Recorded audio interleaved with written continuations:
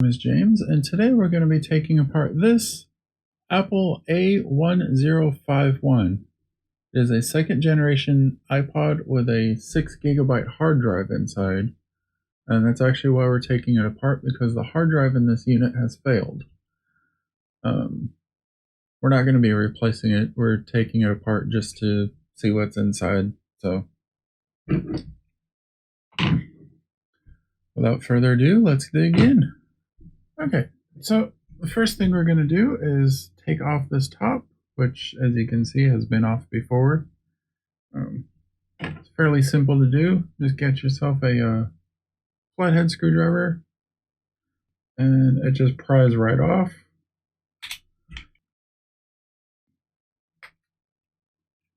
Just pries off. Usually they're glued on, but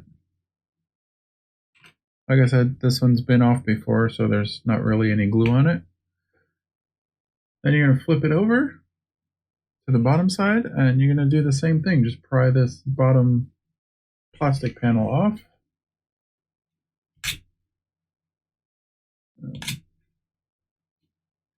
Which I may need a thinner screwdriver. Right.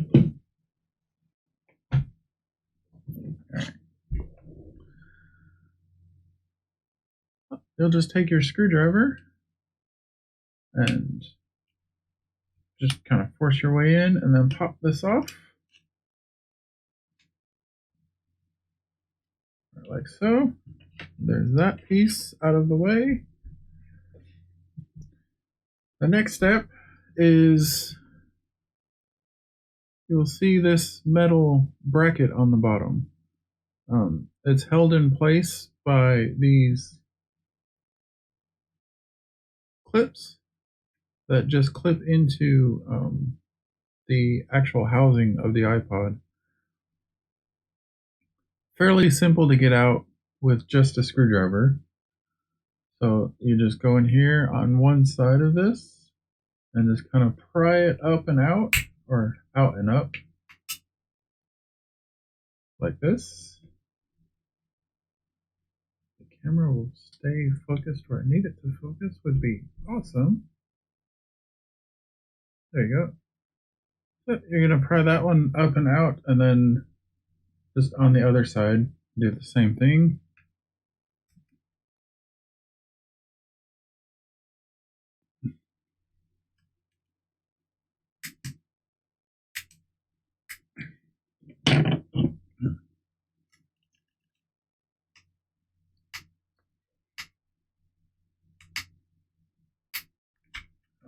Okay.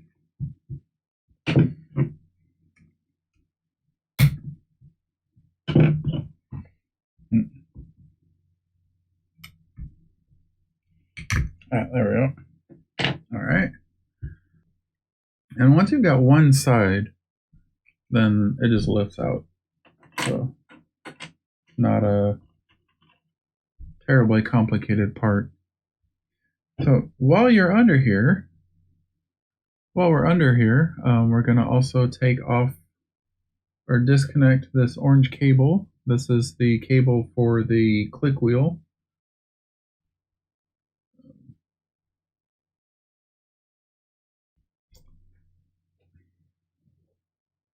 Come on. This camera just does not want to focus. There we go.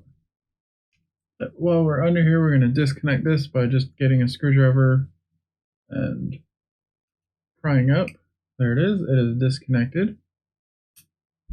Then we're going to flip the iPod over, and I'll see there's two screws. There's one here and one here that we're going to have to take out.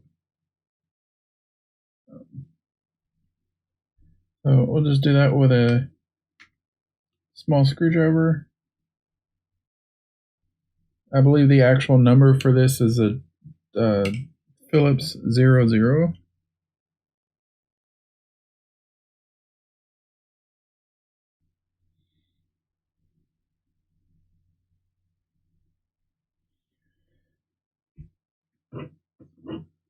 So set this screw here.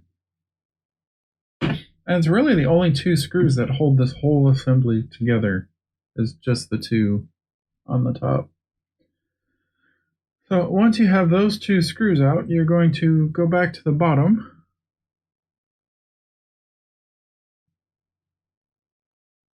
You're going to go back to the bottom and just push.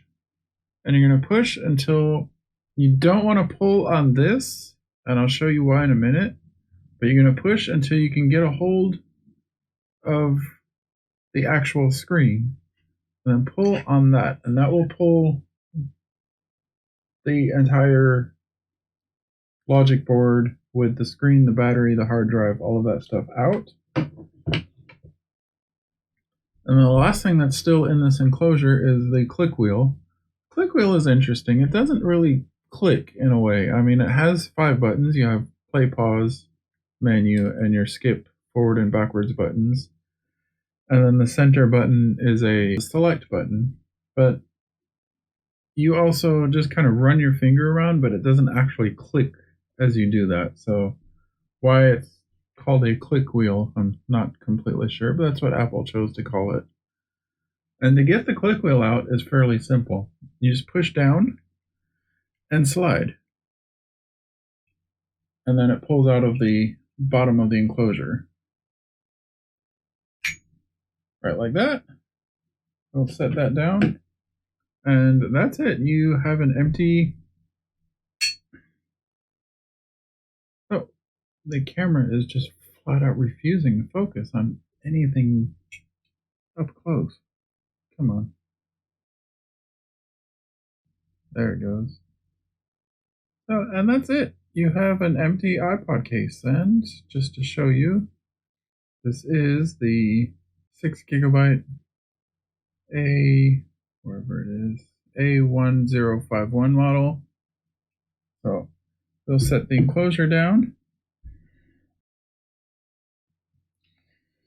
And so this is the logic board with the battery and the display and all of that other fun stuff attached to it. So the first thing we're going to take off, or we're going to disconnect, is this battery, which pretty much just lifts off, and then it's connected with this connector here. So you just gently pull that connector out. There we go. We'll set the battery off to the side. And the reason I said you don't want to pull on this when you're trying to take it out is because it's actually connected to the logic board with a fairly small connector. Actually, we just took it apart, which is okay because you want to take it apart anyway. This is the connector. There we go. This is the connector that this piece connects to. This is the headphone board. And, well, it really just has the headphone jack on it. So, just has the headphone and microphone jack on it. So we'll set that down. The next thing we're going to take off is the hard drive. The hard drive on this thing is a 6GB Hitachi micro drive. And the way to take this off is by disconnecting this orange ribbon cable from the logic board. And that's done by just simply getting a little screwdriver in there and prying this up gently. So, and then the hard drive just lifts off. So that is the end on the ribbon cable. And it was connected to this connector on the logic board. So the only thing left on this logic board to take apart is the display. And for that, we're going to flip it over. This is the display. I believe on this model it was just a black and white monochrome display. The way to get this display off is we're going to come here and pry up on this little black piece here. Just very gently pop it up and it will... There it goes, flipped up. And then we're going to flip the board back over And you'll notice that the display is held in place by these little clips. One here, one here, one here, and one here. So what I'm going to do is not remove, but just gently pry and push the clips on one edge of the board. So for that, we're going to go with this edge. Doesn't really matter. But just using your finger, you pull back and push down just a little bit on one clip, and then do the same on the other. And then once both clips are released, you can flip it back over, and the display will lift off the logic board. So we'll set this display down, and now we're left with just the bare logic board. The logic board will have things on it like any RAM, the processor.